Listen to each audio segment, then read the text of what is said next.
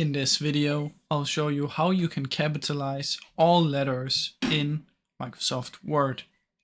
Now, first what you want to do is you want to open up the Word. And as you can see, I have a document right here. Then what you want to do is you want to select the part. So let's say I want to select all of this. Or you can obviously press Ctrl A to select everything. Now then what you want to do is you want to head up here to Home. Look for the font part, and under font you will see a big A and a small a.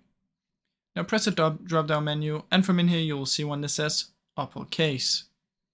Now when I press on this, everything will be capitalized, as you can see right here. Now there's also other different options in here.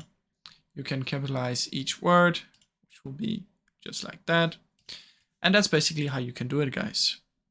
Now I really hope you enjoyed this video. And if you did, please leave a like and subscribe, as it helps me out a ton. Thank you so much for watching.